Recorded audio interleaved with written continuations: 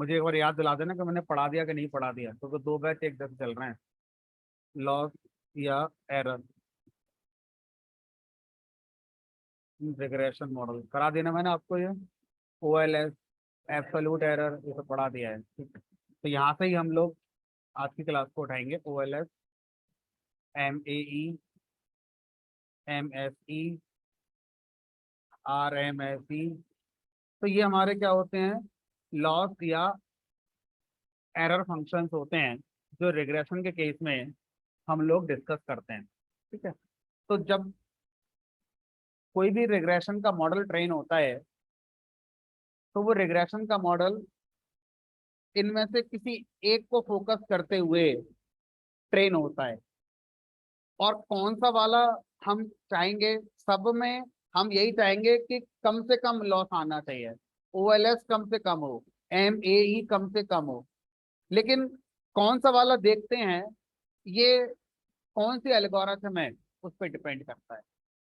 तो हमारी एल्गोरिथम जो हम यूज कर रहे थे वो थी लीनियर रिग्रेशन, ठीक है। तो लीनियर रिग्रेशन एल्गोरिथम OLS वाले लॉस को मिनिमाइज करते हुए मॉडल को ट्रेन करती है। लीनियर रिग्रेशन एल्गोरिथम OLS वाले लॉस को मिनिमाइज करते हुए क्या देखती है, हमारा मॉडल को ट्रेन करती है। अब इसका मतलब क्या है वो समझिए। तो मैंने आपसे कहा था कि मेरे पास डेटा होता है, उस डेटा के अंदर फीचर्स होते हैं।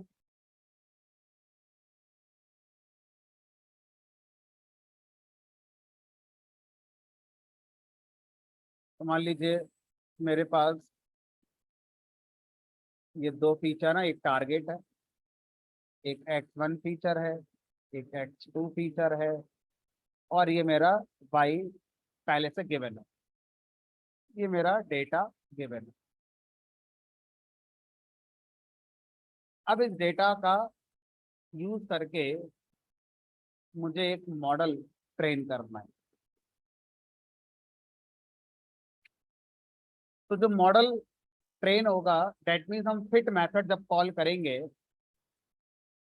तो वो फिट मेथड अपने अंदर से क्या करता है,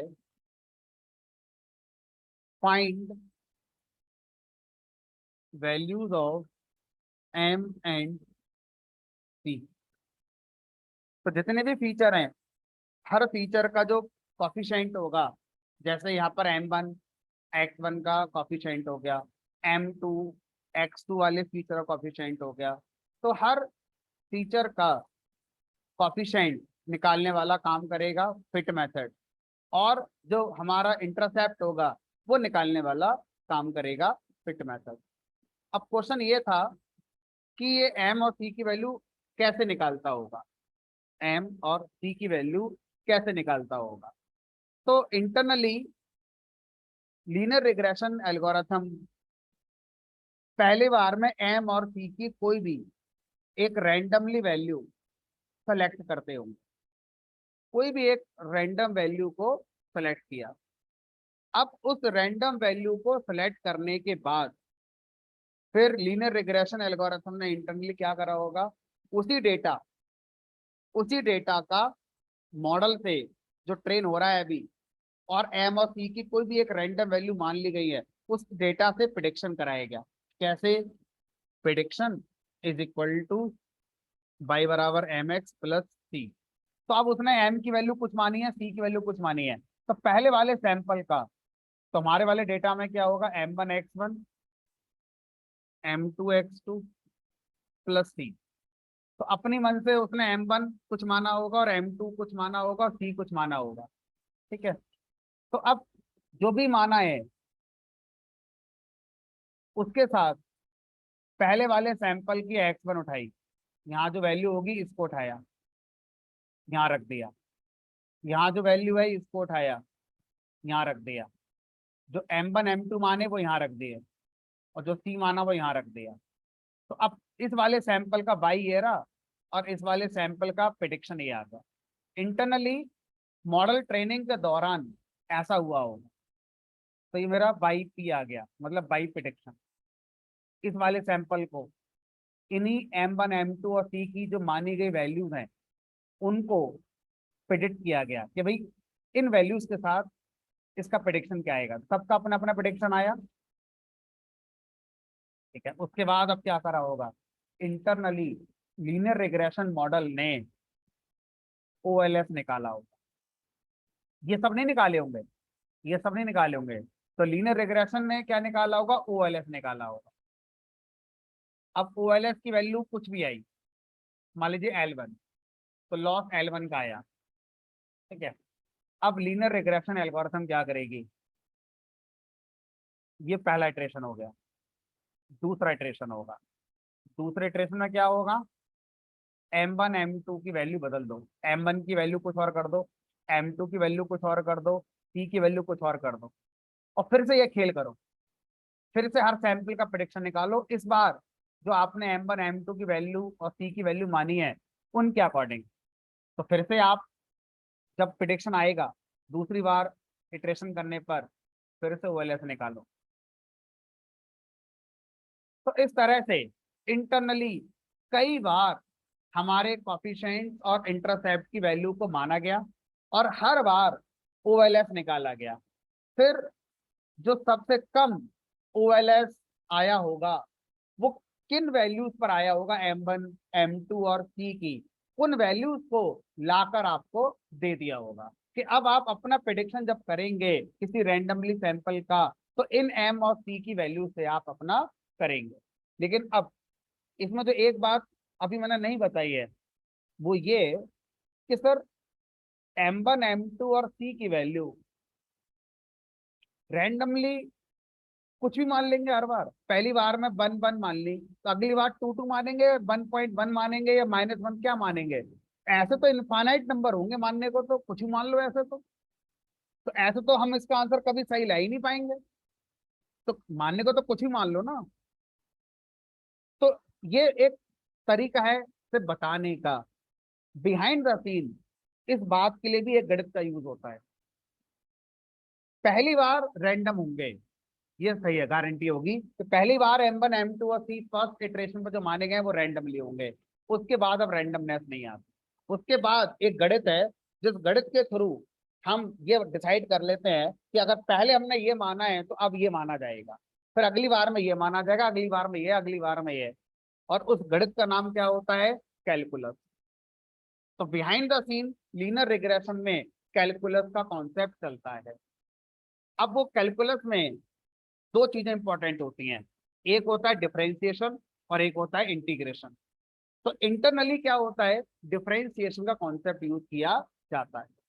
कैसे किया जाता होगा ये मैं आपको थोड़ा सा बताता हूं। तो मान लीजिए पहली बार हमारा लीनियर रिग्रेशन ने फर्स्ट इटरेशन पर M1 की कोई वैल्यू मानी, M2 की कोई वैल्यू मानी, कोई वैल्यू मानी।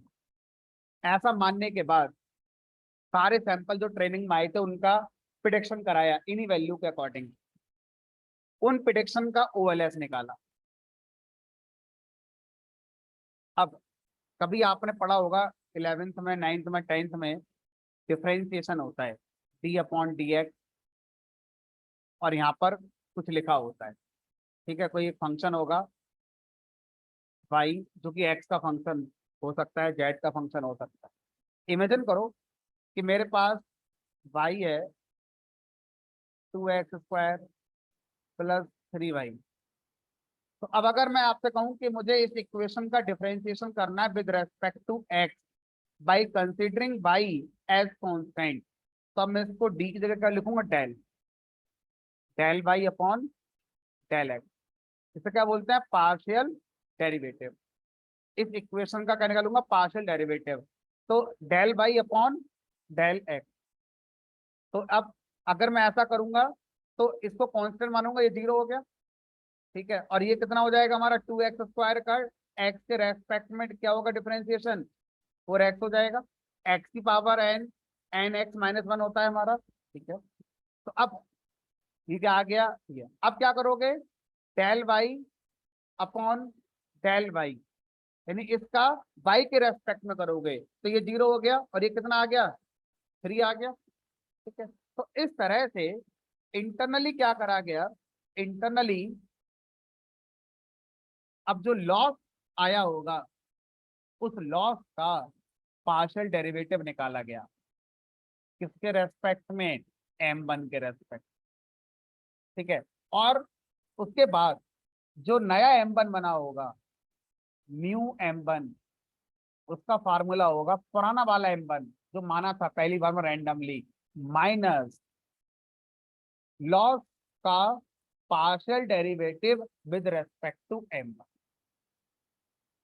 और m2 जो माना होगा अगली इटरेशन में वो क्या होगा, new m2 is equal to पुराना वाला m2 minus del upon del m2, और यहाँ पर क्या होगा OLS। इसी तरह से C वाला new C is equal to पुराना वाला C minus del L upon del C और OLS। अब जो नए m1 m2 C बने हैं उनके साथ सेकेंड टाइम फिर प्रिडिक्शन करेंगे हर सैंपल का, फिर से लॉस निकालेंगे और फिर अगली बार ऐसा कर देंगे। तब ये गारंटी है, ये जो गणित कैलकुलस की इस बात की गारंटी लेती है कि आपका लॉस जो निकल कर आ रहा है अगली बार जब लॉस निकालोगे तो पहली बार से कम आएगा, पहली बार से कम आएगा। जो नई वैल्यू m1 m2 की बनेंगी, C की बनेंगी, वो ऐसी बनकर आएंगी तो पहली बार से कम लॉस आपका देंगे। तो ऐसा आपको कितनी बार करना है, ऐसा आपको तब तक करना है जब तक दो लगातार लॉस एक जैसे ना आ जाए। कभी ऐसा होगा कि जो पहले बार लॉस आया था OLS आया था और अगली बार जो OLS आया है वो दोनों कैसे हैं मेरे, सेम, बदल ही नहीं रहे। इसका मतलब क्या है, अब m1 m2 और C की वैल्यू हमारी निकल चुकी हैं, इससे ज्यादा और अच्छी वैल्यू वो नहीं होंगी। तो वो वैल्यू लाकर मुझे मॉडल दे देता है, फिर उन वैल्यू का यूज करके मैं क्या करता हूँ, अपने सैंपल का प्रेडिक्शन करता हूँ।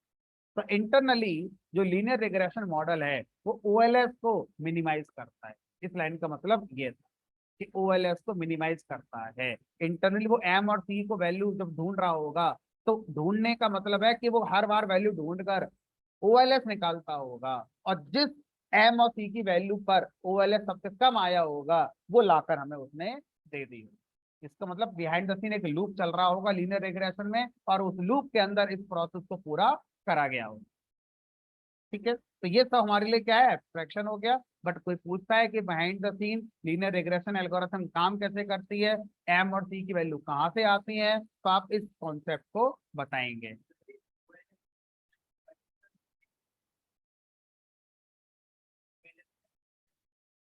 नहीं, उसमें जो इक्वेशन है ना उसको मानेंगे, जैसे OLS निकालने की जो इक्वेशन है उसका डिफरेंशिएशन करेंगे, न्यूमेरिक वैल्यू का नहीं करेंगे। न्यूमेरिक वैल्यू को तो फिर जीरो आ जाएगा, वो तो जीरो आ जाएगा।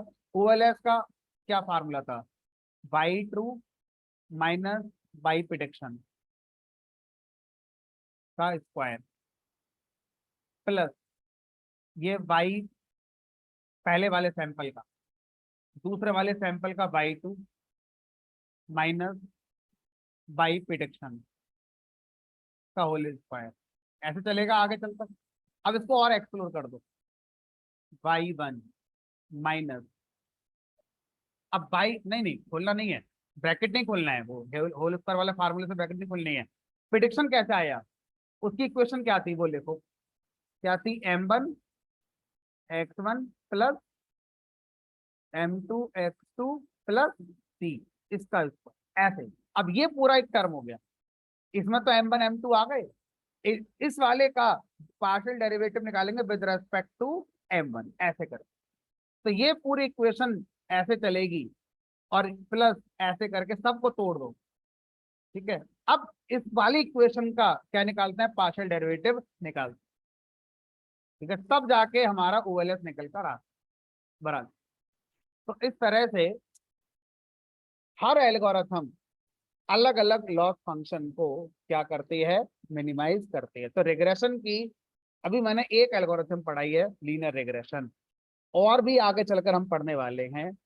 लेकिन जितनी भी एल्गोरिथम हम लीनियर रिग्रेशन या लीनियर जैसी जितनी भी पढ़ने वाले हैं वो सब हमारा इसी वे का यूज करते हुए हमारे एम और सी की वैल्यू को आइडेंटिफाई करती हैं। सिर्फ फर्क किस बात का होगा? फर्क होगा इस बात का कि कोई क्या बोलेगा, कोई बोलेगा डेल एल अपॉन एल मतलब loss upon del M one जो आया है इसमें 0.1 की गुणा कर दो। कोई बोलेगा इसका स्क्वायर ले लो, कोई कुछ बोलेगा, कोई कुछ बोलेगा, लेकिन जो बेस होगा वो डिफरेंशिएशन ही होगा। कोई लॉस ओएलएस का यूज ना करके कोई एम ए ई जो लॉस है उसका डेरिवेटिव निकालकर वैल्यू बदलेगा एम और सी की, कोई एम एस ई का यूज करके बदलेगा, कोई और लॉस फंक्शन यूज करेगा। तो हर एल्गोरिथम में चेंज क्या होगा, लॉस फंक्शन कौन सा मिनिमाइज वो कर रही है वो हमारा बदलेगा। बाकी लगभग सारी बातें एक जैसी हमारी।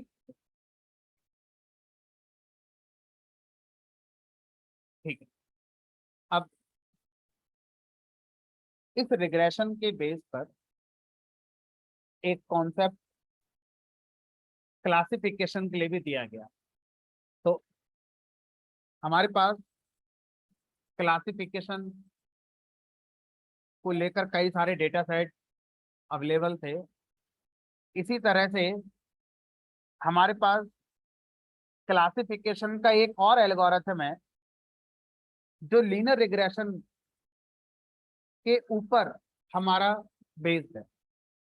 तो उस एल्गोरिथम का नाम होता है लॉजिस्टिक रिग्रेशन। लॉजिस्टिक रिग्रेशन के नाम में रिग्रेशन आता है, लेकिन ये रिग्रेशन के एल्गोरिथम नहीं है, ये क्लासिफिकेशन के एल्गोरिथम है। इसके नाम में रिग्रेशन शब्द इसलिए आता है क्योंकि ये अपने अंदर से लीनियर रिग्रेशन एल्गोरिथम का यूज करते हैं, इसलिए इसके नाम में रिग्रेशन शब्द हमारा आता है। ठीक है, तो logistic regression classification algorithm, algo for classification, not for regression. तो सर क्लासिफिकेशन की एक एल्गोरिथम तो आपने पढ़ा रखी है, अच्छे से समझ में आई हुई थी। कौन सी थी? के नेवर क्लासिफायर। तो इसको क्यों पढ़े? के नेवर क्लासिफायर हमने जो पढ़ी है वो भी तो ठीक ही थी, हमने कहा गलत वो भी नहीं है, गलत ये भी नहीं है। लेकिन के नेवर क्लासिफायर में एक कमी है, वो कमी इसमें नहीं है, इसलिए ज्यादातर लोग इसे प्रेफर करते हैं ओवर के नेवर क्लासिफायर। और वो क्या है? ये हमें प्रिडिक्शन का कॉन्फिडेंस भी लाकर देगी। जैसे फ्रूट वाले डेटा सेट को इमेजिन करो, एप्पल बनाना वाला डेटा था।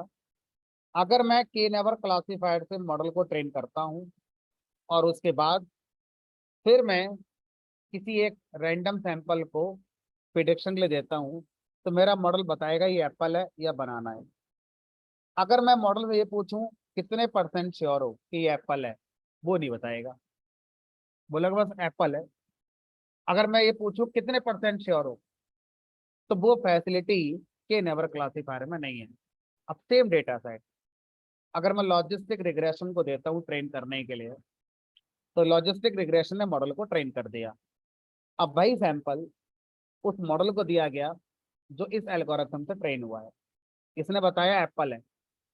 अब मैं इससे पूछूंगा कितने परसेंट श्योर हो, तो ये बताएगा प्रोबेबिलिटी कि इतनी प्रोबेबिलिटी है एप्पल होने की, 70%, 80%, 90%, है ना।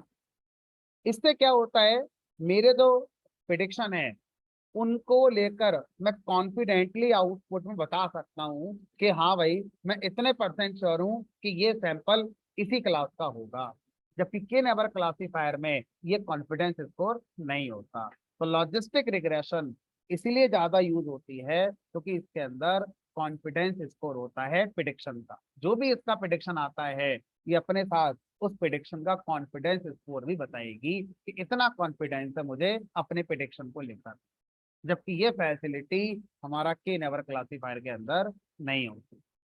अब मैं एक काम करता हूँ, पहले इस बात को प्रैक्टिकली करके दिखाता हूँ, फिर उसके बाद इसके अंदर की जो गणित चल रही है वो क्या चल रही है, कैसे ये काम करती है, उसकी बात करेंगे। तो कोई डेटा ले आते हैं। पांडाज एसपीडी, फ्रूट वाला डेटा ले लेता हूँ मैं, एसके लर्न, और कोई ट्रेन टेस्ट में नहीं कर रहा, सिंपल मैं यूज कर लेता हूँ। सीधी मैं लॉजिस्टिक रिग्रेशन एल्गोरिथम को इंपोर्ट करूंगा। कहाँ मिलेगी ये? एसके लर्न के अंदर लीनियर मॉडल जो मॉड्यूल चल रहा है उसी के अंदर मिलेगी। Import logistic regression. तो अब डेटा फ्रूट वाला ले आओ।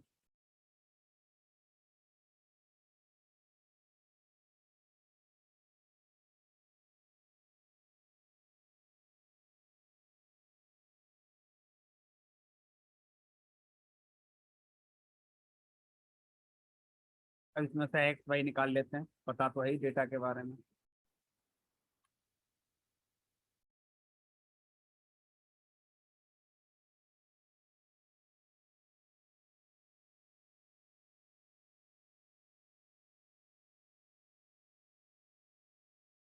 ये एक्स तो क्या भाई हो ना, मॉडल बनाया,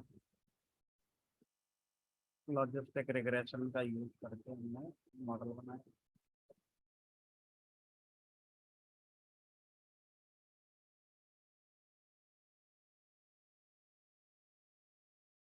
अब मैंने मॉडल से कहा मॉडल बताओ भाई, इस सैंपल का प्रिडिक्शन क्या होगा जिसका डायमीटर 2.5 हो और वेट 30 हो। इसने कहा जी बनाना होगा। अब मैं इससे पूछूंगा कितने परसेंट श्योर हो कि बनाना होगा, तो मैं क्या करूंगा, यहाँ पर प्रिडिक्ट मेथड कॉल ना करके क्या लिखूंगा, प्रिडिक्ट अंडरस्कोर प्रोबेबिलिटी। तो एक फंक्शन है जिसका नाम है प्रिडिक्ट अंडरस्कोर प्रोबेबिलिटी। तो ये क्या करेगा, इस सैंपल के प्रोबेबिलिटी लाकर मुझे देगा।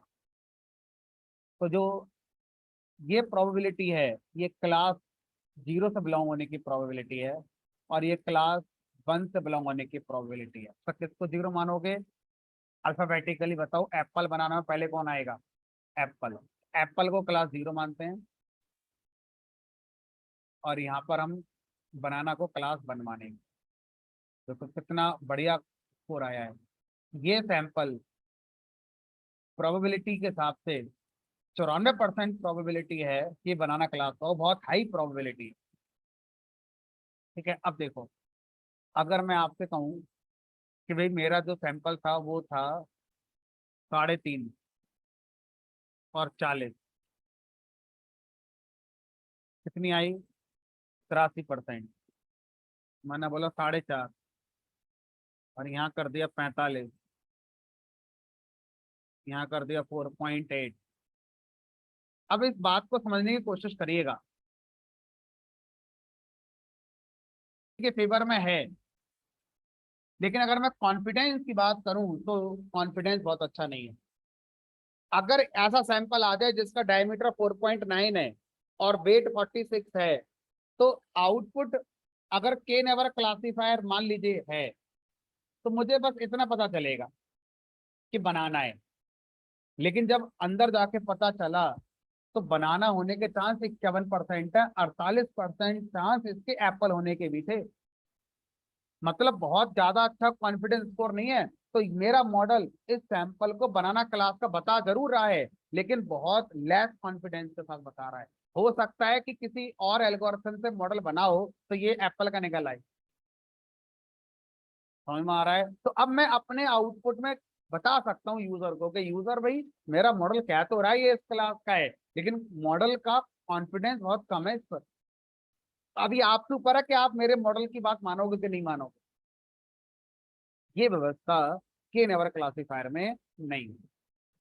वहां पर बस मॉडल ने जो कह दिया वो मानना ही पड़ेगा। आप ये नहीं पूछ पाएंगे उससे कि मॉडल कितना श्योर था उस चीज को लेकर। इसीलिए लॉजिस्टिक रिग्रेशन को ज्यादा यूज किया जाता है हमारा क्लासिफिकेशन के पर्पज। ठीक है, 90% इंडस्ट्री में जो मॉडल बनते हैं, 90 नहीं 99% जो मॉडल इंडस्ट्री में बनते हैं क्लासिफिकेशन के, उसमें कहीं ना कहीं लॉजिस्टिक रिग्रेशन यूज किया जाता है। प्लस हो सकता है कुछ और भी यूज करें लॉजिस्टिक रिग्रेशन के अलावा, हो सकता है सिर्फ लॉजिस्टिक रिग्रेशन से ही आउटपुट ले आए, लेकिन ये जरूर मिलेगा। 99% क्लासिफिकेशन के मॉडल में लॉजिस्टिक रिग्रेशन की झलक जरूर मिलेगी, या तो पूरी तरह से यही मिलेगा या इसका यूज होगा, प्लस और भी कॉन्सेप्ट है जिनका यूज किया गया होगा। ठीक है, चलो अब लॉजिस्टिक रिग्रेशन जो हमारी एल्गोरिथम है, इस एल्गोरिथम को समझने की कोशिश करते हैं कि एल्गोरिथम क्या होती है, बिहाइंड द सीन कैसे काम होता है, उसको समझते हैं। तो सबसे पहले हमें क्या करना होगा, लॉजिस्टिक रिग्रेशन को डिवाइड करना होगा दो पार्ट।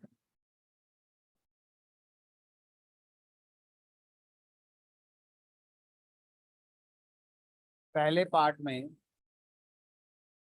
अगर हम बाइनरी क्लासिफिकेशन पढ़ रहे हैं तो, और दूसरे पार्ट में मल्टी क्लासिफिकेशन पढ़ रहे हैं, बाइनरी क्लासिफिकेशन ऐसा क्लासिफिकेशन मॉडल जिसको दो ही क्लास प्रिडिक्ट करनी है, या तो जीरो क्लास या क्लास वन। दूसरा है मल्टी क्लास क्लासिफिकेशन।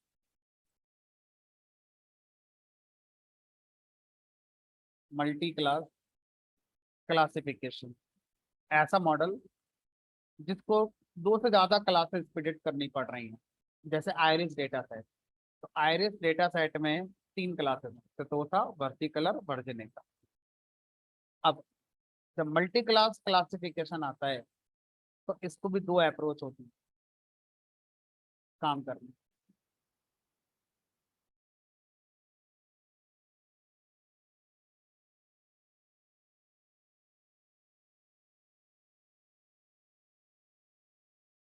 पहली अप्रोच का नाम होता है OVO, दूसरे का नाम होता है OVR।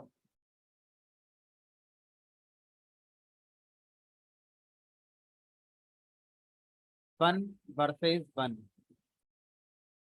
OVO का मतलब वन वर्सेस वन। OVR का मतलब one versus rest, one versus rest.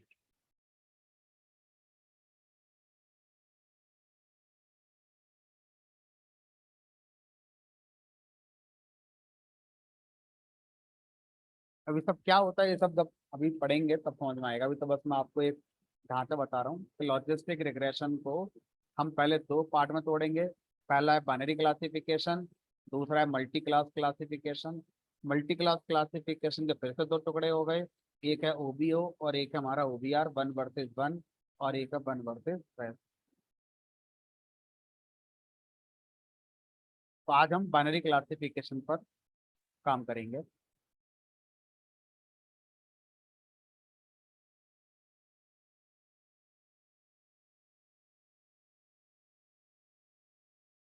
Binary classification में क्या होता है, सबसे पहले जो भी ट्रेनिंग डेटा मॉडल को दिया जाता है, उस डेटा में हमारे लीनियर मॉडल को तैयार किया जाता है। लीनियर मॉडल को तैयार करने के लिए लाइन की इक्वेशन यूज करी जाएगी, पाई बराबर mx+। इसका मतलब पहले मेरे वाले डेटा में जो मेरा डेटा है, जब मैंने फिट करा और ये बाइनरी क्लासिफिकेशन का डेटा है, तो मॉडल जब ट्रेन हो रहा है तो इंटरनली पहले इसने लीनियर पार्ट पहले कंप्यूट किया होगा।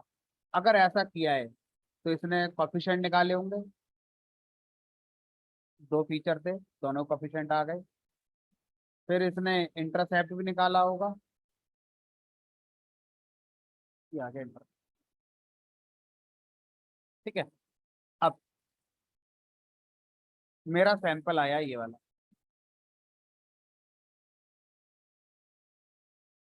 कि बताओ भाई ये कौन है। ये आपका सैंपल आया कि बताओ ये कौन है। ये आपने किससे कहा? लॉजिस्टिक रिग्रेशन के मॉडल से कहा कि बताओ ये कौन है।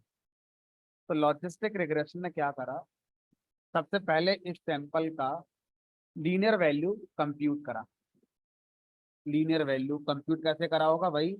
m1 x1 plus m2 x2 plus c का यूज कर।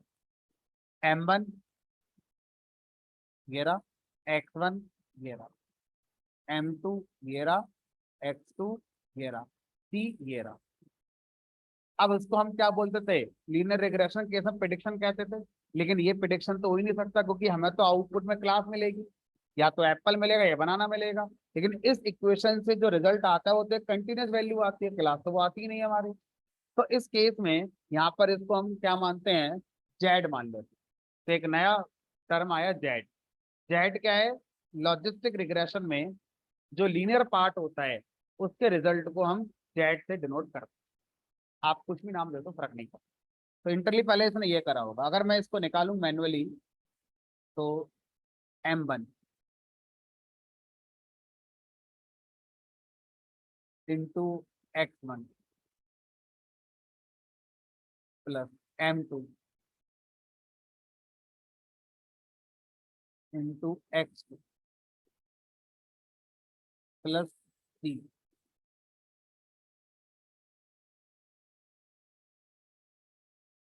अब एक जेड की वैल्यू आ गई -4 4। अब यहाँ पे एक बार देख लेना कहीं कुछ गलत ना हो गया, वो ब्रैकेट लगा लो ताकि हौच पौच ना हो जाए कि कौन किसके अंदर है कौन किसके साथ है। अब तक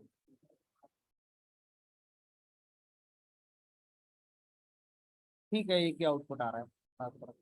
-12 हो गया, वैसे यहाँ आना चाहिए है ना, एक ही बात है। चलो जेड आ गया।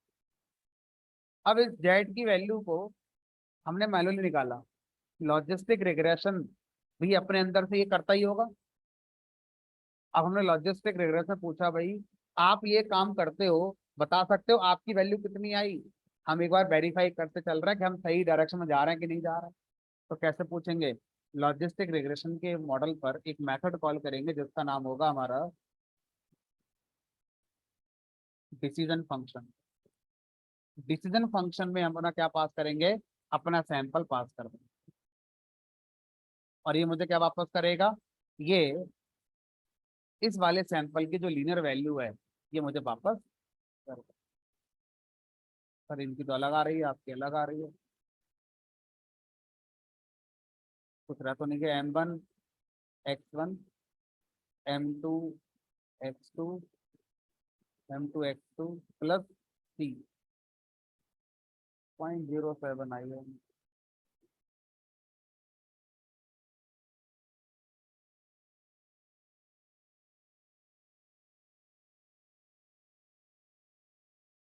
देखो दोबारा से मॉडल को चलाया,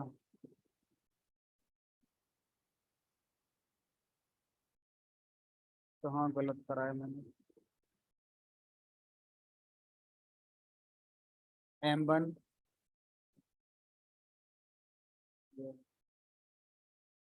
ये मैंने m2 कहाँ से उठा लिया? अच्छा m2 मैंने वही लगा दिया जो m1 था। ये आएगा ना m2। m2 ये है ना, यहाँ पर ये गलत तो लिख ही दिया है मैंने। अच्छा वो वेरीफाई कर लिया।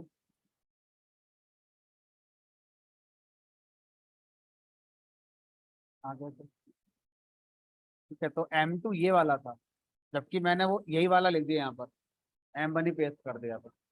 तो कॉपी पेस्ट की ध्यान से करना है। चलो डिसीजन फंक्शन क्या देगा? Return linear part. तो जो लीनियर पार्ट है ये वापस कर देगा। अब सर इस लीनियर पार्ट को मुझे किस में कन्वर्ट करना है? प्रोबेबिलिटी में कन्वर्ट करना है।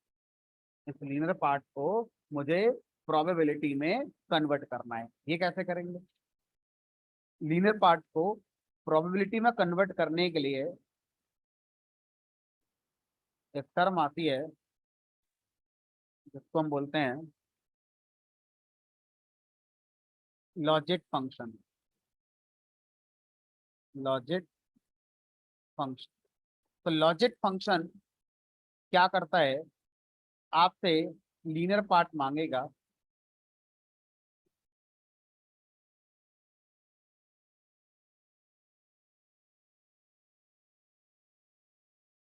और आपको क्या ला कर देगा, प्रोबेबिलिटी। क्लास क्लास वन की प्रोबेबिलिटी लाकर दे देगा कि जिस सैंपल का लीनियर पार्ट आपने अभी निकाला है, अगर आप इसको लॉजिक फंक्शन को दे दोगे तो इस लॉजिक फंक्शन का जो आउटपुट आएगा वो उस सैंपल जिसका लीनियर पार्ट आपने दिया था उसकी क्लास वन से बिलोंग होने की प्रोबेबिलिटी क्या है वो आपको दे देगा। अब सर इस लॉजिक फंक्शन को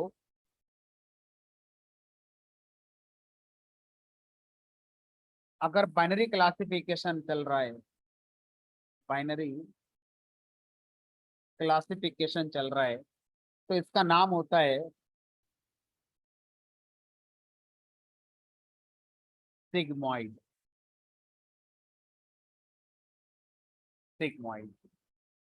अगर ये हमारा मल्टी क्लास क्लासिफिकेशन है तो इसका नाम कुछ और होगा जो आगे चल के पढ़ेंगे जब पढ़ाएंगे। फिलहाल हम सिग्मॉइड की बात करते हैं कि सर ये सिग्मॉइड क्या होता है। सिग्मॉइड फंक्शन लॉजिक फंक्शन कहलाता है और ये हमारे लीनियर पार्ट को क्लास वन के प्रोबेबिलिटी में कन्वर्ट करके दे देता है। और ये होता क्या है, गणित क्या है इसकी, गणित होती है 1/1 प्लस ई की पावर -z।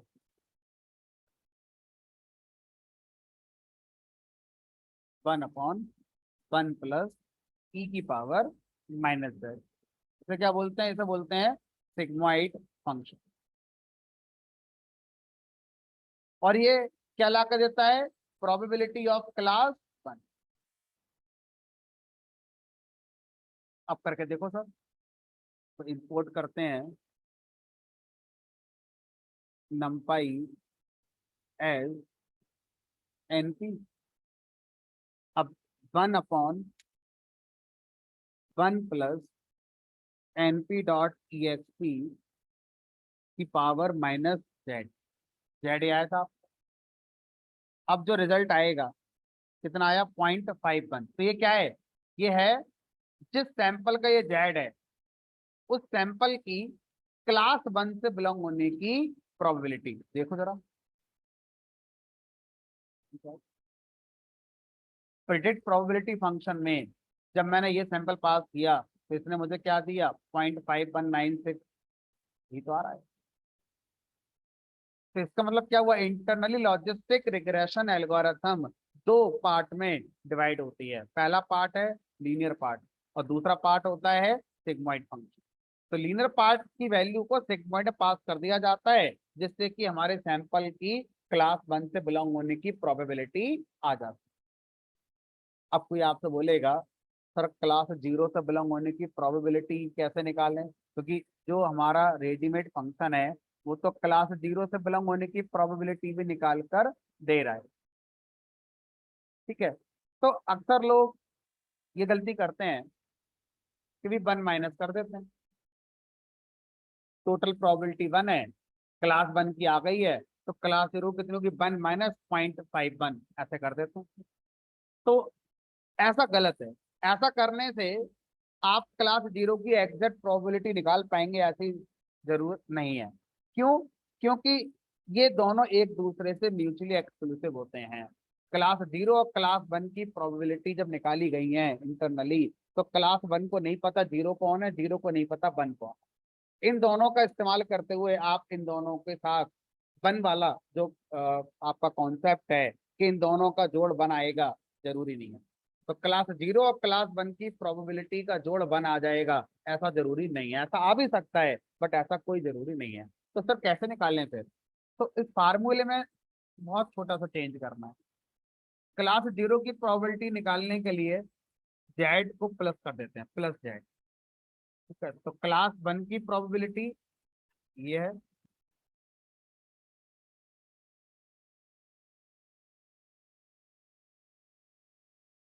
और क्लास 0 की प्रोबेबिलिटी निकालने का फार्मूला बस नीचे 1/1 प्लस टी के ऊपर जेड करना है। प्लस जेड की जगह, सॉरी, माइनस जेड की जगह प्लस जेड कर। आ गया पॉइंट 4।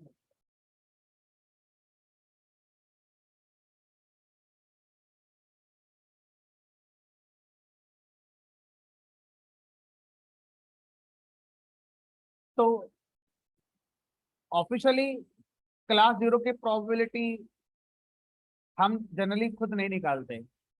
तो हम अगर क्लास 1 की प्रोबेबिलिटी निकाल चुके हैं और मान लो 0 की हम नहीं निकालते हैं, तो अब हम कैसे बताएं कि प्रिडिक्शन किस क्लास का है?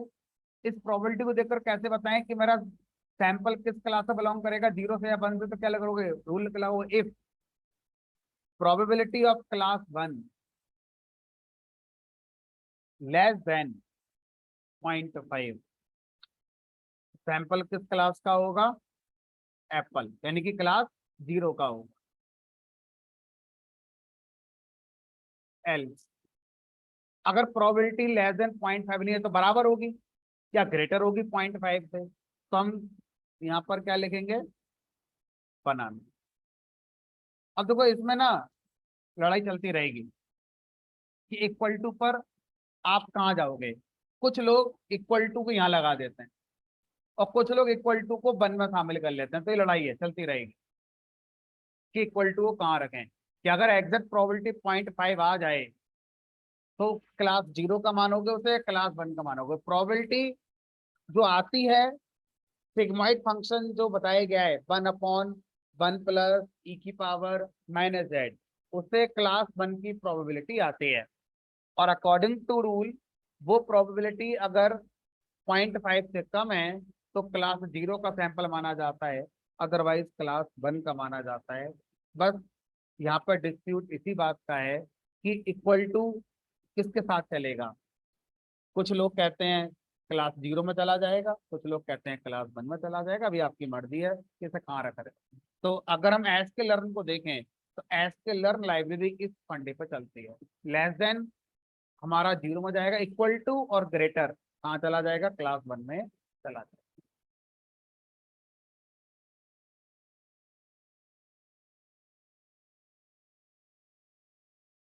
अब अगर मैं इस मॉडल को थोड़ा सा रिलास्टिक कर दूं, रिलास्टिक मतलब भाई जिस सैंपल का प्रेडिक्शन करना है उसका वेट, उसका डायमीटर यूजर से इनपुट कराते हैं। चलो डायमीटर प्लॉट बनाकर यूजर से इनपुट कराया,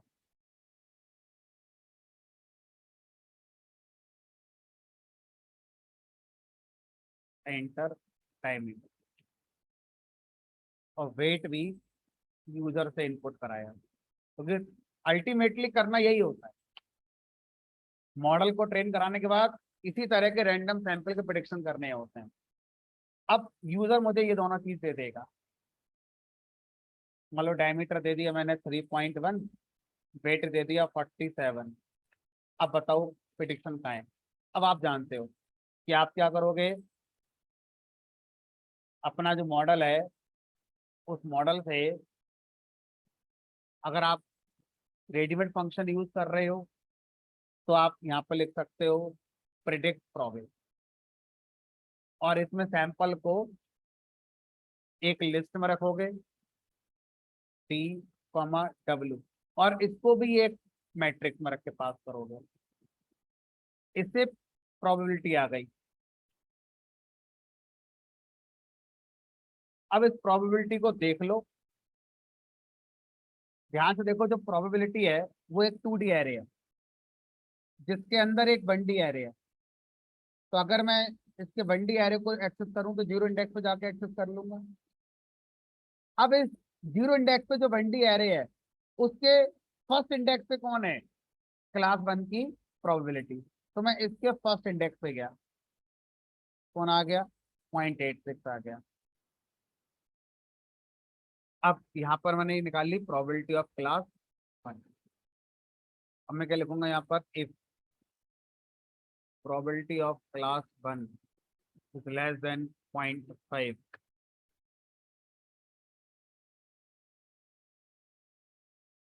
एप्पल विद कॉन्फिडेंस, कितने कॉन्फिडेंस के साथ आप बता रहे हो ये बात, जो भी आई है।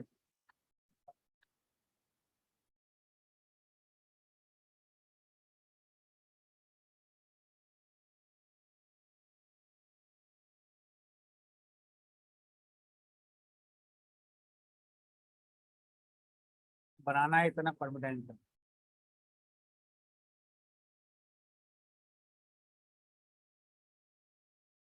राउंड क्या करेगा,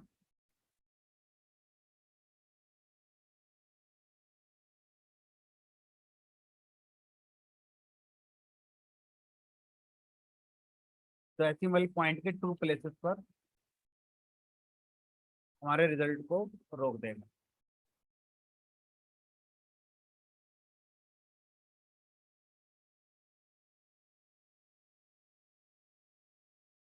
अब इस पूरे खेल को एक लाइन में लिख दो।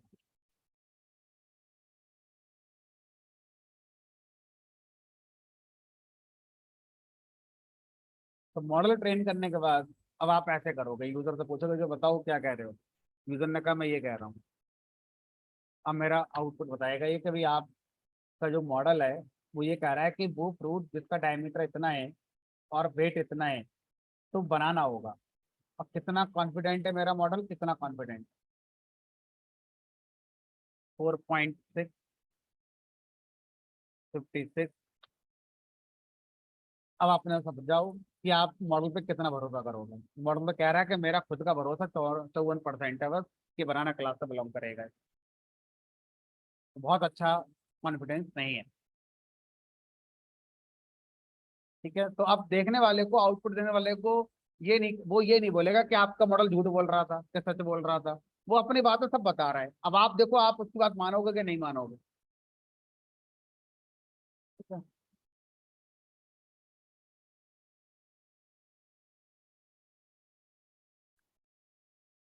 एप्पल है 43%।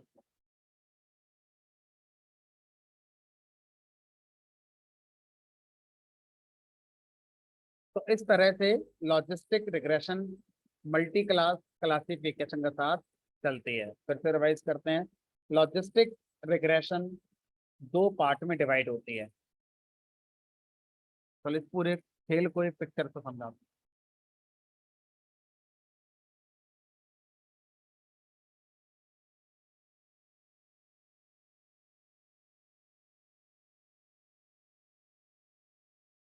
ये एक सैंपल आया प्रिडिक्शन के लिए। तो पहले इस सैंपल का लीनियर पार्ट बनेगा। यहाँ पर हम बोलेंगे लीनियर पार्ट, जिसको हम लोग जेड के नाम से जानते हैं, लेकिन ये वही होगा लाइन की इक्वेशन जो होती है। ठीक है, फिर जो लीनियर पार्ट बनाए उसका जो रिजल्ट आया उसको पास करते हैं सिग्माइड फंक्शन। ये पहुंचा सिग्माइड फंक्शन के पास।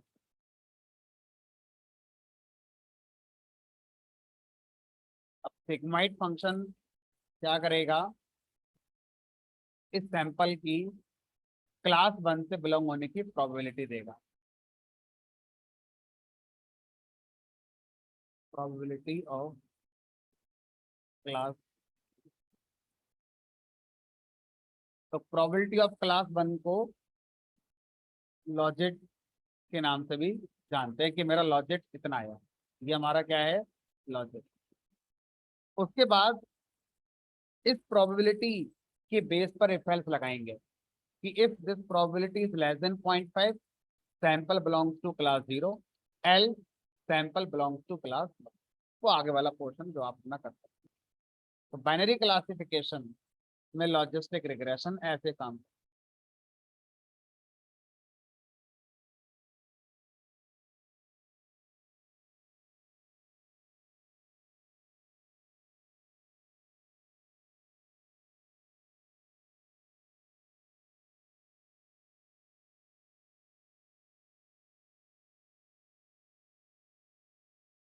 तो इंटरव्यू में सबसे पहले तो यही पूछा जाएगा कि behind the scene logistic regression कैसे काम करती है, वो आप बता दोगे। अगला क्वेश्चन क्या पूछा जा सकता है इंटरव्यू में, सिग्माइड फंक्शन क्या होता है, फार्मूला पूछा जा सकता है ना, आसान फार्मूला पूछा जा सकता है। आप बताओगे 1/1 प्लस ई की पावर माइनस जेड। अब जेड को कुछ बाई कहेंगे, कोई कुछ कहेगा, वो छोड़ो। तो आपको कॉन्सेप्ट क्या ध्यान रखना है कि वो जो ई की पावर माइनस जेड है, वहाँ जेड का मतलब क्या है, लीनियर पार्ट। जिस सैंपल का प्रेडिक्शन मैं कराने आ रहा हूँ उसका जो लीनियर पार्ट कंप्यूट हुआ है वो हम जेड कहते हैं वहां पर। ठीक है। फिर उसके बाद अगला क्वेश्चन क्या पूछेगा इंटरव्यूअर कि भी सिग्माइड फंक्शन क्या करता है, तो आप बताएंगे कि ये हमारी क्लास 1 से बिलोंग होने की प्रोबेबिलिटी देता है। अगला क्वेश्चन वो आपसे क्या पूछेगा कि अगर ये क्लास 1 की प्रोबेबिलिटी देता है तो 0 की नहीं दे सकता है, तो आप बोलेंगे नहीं। बाय डिफॉल्ट जो सिग्माइड फंक्शन स्टैंडर्ड है वो 1/1 प्लस सी की पावर माइनस जेड वाला है। लेकिन अगर आप क्लास 0 की प्रोबेबिलिटी चाहते हैं तो 1/1 प्लस सी की पावर जेड करेंगे। लेकिन उसको फिर ऑफिशियली सिग्माइड फंक्शन नहीं कहा जाता, उसको ऑफिशियली सिग्माइड फंक्शन नहीं कहा जाता। सिग्माइड फंक्शन वही है जिसमें 1/1 प्लस ई की पावर माइनस जेड होती है, उसी को गणित में सिग्माइड फंक्शन कहा जाता है। ठीक है। तो अगर इंटरव्यूअर आपसे पूछता है कि मुझे सिग्माइड फंक्शन से क्लास 0 की प्रोबेबिलिटी लानी है, तो आप बोलेंगे एक अल्टरनेट अप्रोच है कि उस फार्मूले में माइनस जेड को प्लस जेड कर देंगे तो क्लास 0 की प्रोबेबिलिटी आ जाएगी। लेकिन अब जो फार्मूला बना उसको सिग्माइड टाइम नहीं देंगे। ठीक है। तो उसके बाद क्लास 1 की प्रोबेबिलिटी निकाल ली। अब 1 की प्रोबेबिलिटी को इफ एल्स के साथ हम लोग बताते हैं फाइनल प्रेडिक्शन क्या होगा। ठीक है। अब यहाँ पर अगर वो और अंदर चला गया तो ये पूछ सकता है कि भाई जो लीनियर पार्ट है उस लीनियर पार्ट को निकालने के लिए इंटरनली क्या करा गया होगा, M1 M2 और C निकाले गए होंगे, क्योंकि दो फीचर है आपके में, डायमीटर, डायमीटर का M1 निकाला होगा, वेट, वेट का M2 निकाला होगा, और लीनियर मॉडल का C निकाला होगा। तो वो M1 M2 और C कैसे निकाले होंगे, अब आप अपना आंसर क्या दोगे, इटरेटिव टेक्निक का यूज करके। इटरेटिव मतलब पहले कोई M1 M2 और C माने होंगे, फिर लॉस निकाला होगा, फिर उस लॉस को मिनिमाइज करने के लिए आगे डिफरेंशिएशन कर करके M1 M2 और C को ढूंढा गया हो। तो इंटरनली वो हमारा एक इटरेटिव टेक्निक रही होगी। ठीक है। तो हम ये सारी बातें क्या कर सकते हैं, अपने सामने जो इंटरव्यू बैठा है अगर वो पूछता है तो ये सारी बातें उसे बता दो। अब वो ये बोलेगा कि इंटरनली लीनियर पार्ट निकालने में कितने इटरेशन हुए होंगे M1 M2 और C निकालने में। तो आप एक आंसर ये दे सकते हैं कि जब तक हमारा लगातार इटरेशन पे सेम लॉस ना आ गया हो। अब वो ये क्वेश्चन कह सकता है कि मान लीजिए कभी ऐसा हो ही नहीं रहा है, लगातार दो इटरेशन पर लॉस सेम आ ही नहीं रहा है, तो क्या आप करते रहें, इन्फाइनाइट करते रहें। तो उसके लिए अब आप आंसर यहाँ से देंगे कि लॉजिस्टिक रिग्रेशन में एक हाइपर पैरामीटर होता है। जब आप मॉडल बनाते हो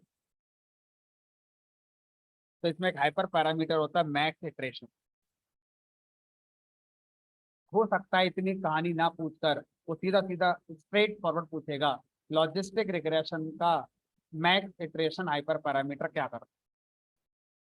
तो आप सीधे सीधे बताएंगे इंटरनली ये जो रिग्रेशन पार्ट कंप्यूट होगा उसके कॉफिशिएंट और उसके इंटरसेप्ट को हमारा निकाला जाता है। तो उसमें इटरेटिव टेक्निक यूज करी जाती है, बार बार लॉस का डिफरेंशिएशन निकाल कर M1 M2 या जो कॉफिशिएंट और इंटरसेप्ट हैं उनकी वैल्यू को निकाला जाता है। तो वो कितनी बार करके देखें मैक्सिमम, हमने यहाँ पर मान लो दे दिया 200 इंटरनली। अब 200 इटरेशन होंगे, अगर 200 होने के बाद भी हमारा लॉस बराबर नहीं आ रहा 2 इटरेशन पर, तो रुक जाओ, और जो 200वीं इटरेशन पर M1 M2 और C की वैल्यू आई है वो फाइनल मानी जाएंगी। और अगर उससे पहले ऐसी सिचुएशन आ गई तो, उससे पहले ऐसी सिचुएशन आ गई तो मैक्सिमम है ना, उससे पहले रोक दो।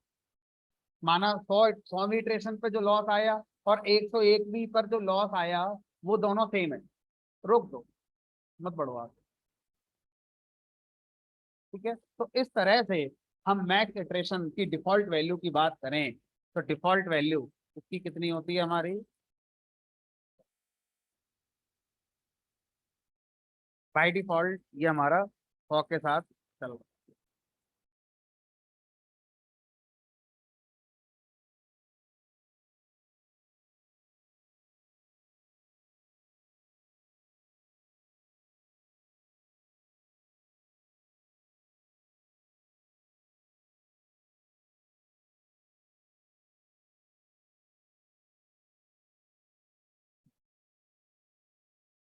कभी कभी मुझे इसको लिखने की जरूरत पड़ जाती है, क्योंकि बाय डिफॉल्ट जो वैल्यू चल रही है वो 100 चल रही है।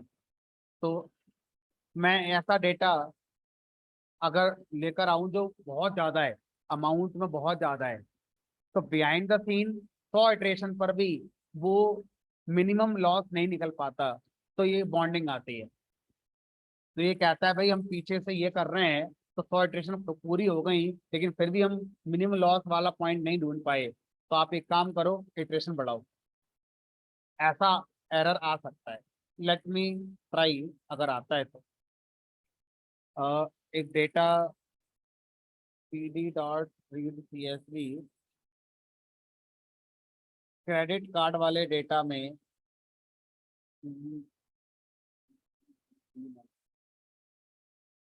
Data set classification credit card, और ये एक्सेल फाइल है x=df.ilog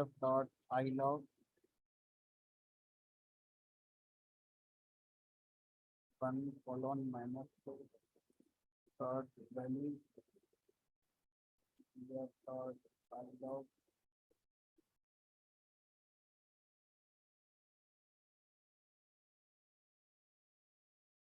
अब मैंने मॉडल बनाया, model equal to logistic regression, मैं सब भूल गया हाइपर पैरामीटर क्या था, और मुझे नहीं पता ऐसा होगा, मैं बस ट्राई करता हूँ।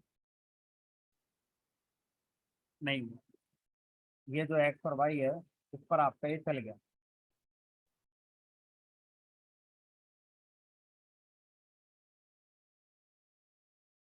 कोई बात नहीं, एक और,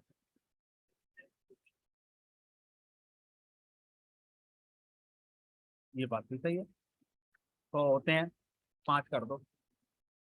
तो कुछ तो बोलेगा, कुछ तो बताएगा क्या है क्या नहीं है, देखते हैं। बता, total number of iteration reach limit, लेकिन कन्वर्ज नहीं हुआ। कन्वर्ज का मतलब है वो पॉइंट ना मिला जहां पर लॉस मिनिमम आता है।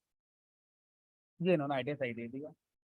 तो कभी कभी ऐसा होता है कि मेरे 100 इटरेशन पर ये मैसेज आएगा, तो इसका मतलब क्या है वो आपको समझ में आ गया कि इंटरनली जो हमारा मिनिमम लॉस की तलाश है, दैट इज कन्वर्ज होना मॉडल का, वो कन्वर्ज नहीं हो पा रहा है मॉडल। तो इसका मतलब साफ साफ है, इंक्रीज नंबर ऑफ इटरेशन, और डेटा को स्केल करिए। स्केल करने में स्केलिंग, फीचर स्केलिंग करके देखो, हो सकता है आ जाए आपका, क्योंकि आपने बिना फीचर स्केलिंग के डेटा पास कर दिया है। तो डेटा में कुछ करिए, और डेटा में कुछ नहीं कर रहे हो तो इटरेशन बढ़ाओ, कुछ तो करो। ठीक है, तो अब 5 तक आया, 50 तक, 50 में भी नहीं आया, 70 में आ गया, 60 में भी आ गया,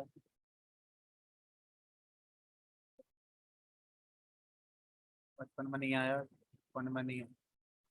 देख रहे हो क्या खेल है। एक ही इक्वेशन ज्यादा होते ही हमारा कन्वर्ट हो गया मॉडल।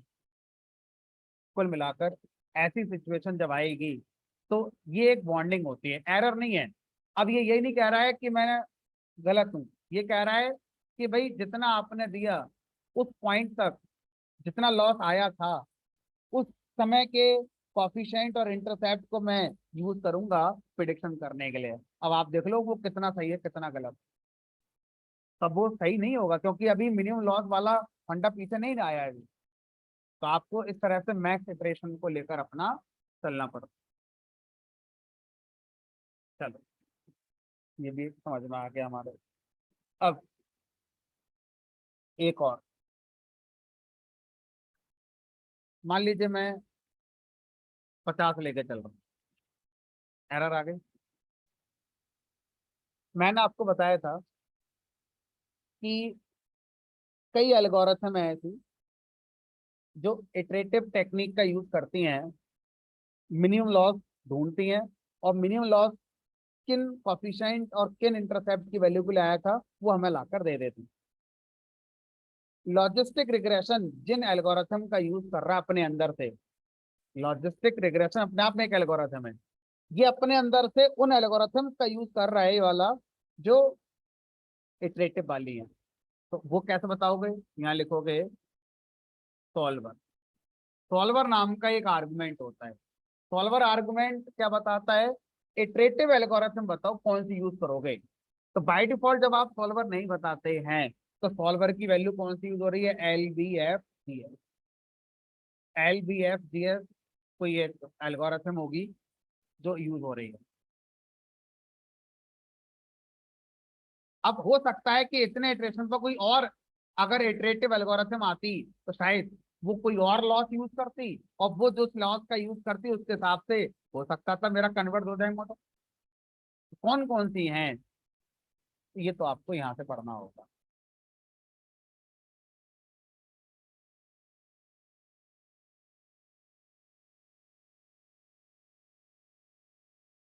4-5 हैं।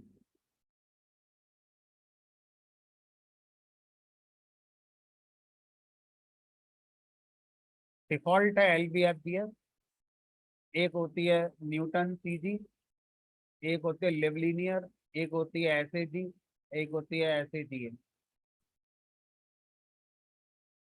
इन सब की फुल फॉर्म भी होती होंगी, गूगल पर आप अपना सर्च कर लेना, है ना। कोई शायद किसी इंसान के नाम से होगी, ये शायद किसी इंसान ने बनाई होगी, अपने नाम से रख दिया। ये कोई और एक टेक्निक है स्टोकेस्टिक एवरेज ग्रेडियंट, उसका यूज करके ये बनाई गई स्टोकेस्टिक एवरेज ग्रेडियंट। तो ये सब गूगल पे जाके इनके फुल फॉर्म वगैरह आप सर्च कर सकते हो। अभी के लिए हम इन सॉल्वर का यूज कर सकते हैं। सॉल्वर का मतलब क्या है, वो टेक्निक जो मिनिमम लॉस निकालने वाला काम करेंगे, है ना। और हर टेक्निक मिनिमम लॉस कौन सा निकालेगी सबका अलग अलग है। कोई हो सकता है ओएलएस निकाल रही हो सकता है कोई एम ए निकाल रही हो, तो एम ए निकालने में हो सकता है उसे कम इटरेशन करने पड़े, हो सकता है कोई चौथी पांचवी लॉस निकाल रही हो जो मैंने पढ़ाई नहीं अभी आपको, कुछ भी हो सकता है, नहीं पता। हो गया काम 50 मिनट, हो सकता है और पहले हो जाए। 4 में तो नहीं हुआ, 10 में भी नहीं हुआ, 20 में हो गया। तो और फास्ट करे तो बहुत फास्ट हो गई। तो जो एल्गोरिथम फास्ट हो है, कम इटरेशन में लॉस को निकाल लेती है, वो सही नहीं मानी जाती। जी, ऐसा माना जाता है कि हो सकता है कि मिनिमम लॉस को ये छोड़ गई हो, मिनिमम लॉस हो सकता है स्किप हो गया हो, ऐसा माना जाता है। ठीक है, बहरहाल अभी उस चीज को छोड़ दीजिए कि स्किप हो गया हो। अभी बस ध्यान रखो कि हाँ, हमारे पास इटरेटिव एल्गोरिथम्स हैं जो मिनिमम लॉस निकाल कर आपके कोएफिशिएंट देंगे। और कौन कौन से ऑप्शन थे, एस ए जी करके था शायद, एस ए जी ए, ये सब नहीं आए। एक था लिवलीनियर, ये भी सही है।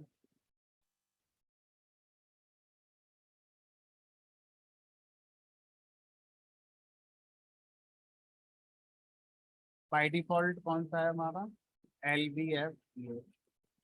L B F G S की फुल फॉर्म पूछ ही लो गूगल से।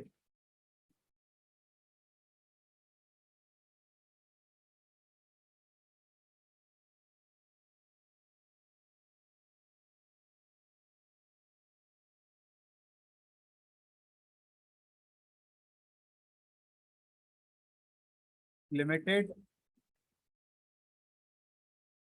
मेमोरी BFGS, तो फुल फॉर्म फिर भी नहीं बताई उसने। BFGS ये इंसानों के ही नाम है, जिन लोगों ने मिलकर इसको इजाद किया होगा उन्होंने अपने अपने नाम से BFGS लगा दिया। एल मतलब लिमिटेड कुछ उन्होंने कर दिया। क्या है? इटरेटिव मेथड, इटरेटिव टेक्निक है हमारी। ये लिमिटेड मेमोरी, ब्रॉयडन, फ्लेचर, गोल्डफेब और शैनो एल्गोरिथम, नाम ही होंगे और कहाँ से आएंगे। चलो ठीक। तो वो न्यूटन से पता चल रहा है, कोई नाम होगा न्यूटन से रिलेटेड। तो लॉजिस्टिक रिग्रेशन में ये दो हाइपर पैरामीटर हो गए जो हमें आने चाहिए, मैक्स इटरेशन सॉल्वर। अब इसके अलावा और भी हाइपर पैरामीटर हैं, और वो हाइपर पैरामीटर का रोल तब आएगा जब मल्टी क्लास क्लासिफिकेशन आप पढ़ेंगे। मल्टी क्लास क्लासिफिकेशन को लेकर 2 से 3 हाइपर पैरामीटर लॉजिस्टिक रिग्रेशन में और, तो मल्टी क्लास क्लासिफिकेशन कल पढ़ेंगे। आज इतना रखते हैं, इतना घर जाके पढ़िए, समझिए, क्योंकि मुझे समझाने में बोलने में समय कम लग रहा है, आपको इसके नोट्स बनाने में, खुद को समझने में, अपने हिसाब से लिखने में समय ज़्यादा लगेगा। तो घर जाके आराम से उसको पढ़िए, प्रॉपर नोट्स बनाइए अपने, ठीक है? क्योंकि ये सब चीज़ें ऐसी हैं कि पढ़ते समय याद रहती हैं और 2 दिन बाद ये भूल जाते हैं, हम लोग निकल जाते हैं दिमाग से। तो इनके नोट्स अच्छे से बना लेना घर जाके। जिन्होंने नहीं बनाए हैं, एक एक रिकॉर्डिंग को पॉज कर करके, रोक करके 10 मिनट देखो, रॉक पॉज कर दो, नोट्स बना लो, फिर 10 मिनट देखो, पॉज करो, फिर नोट्स बना लो।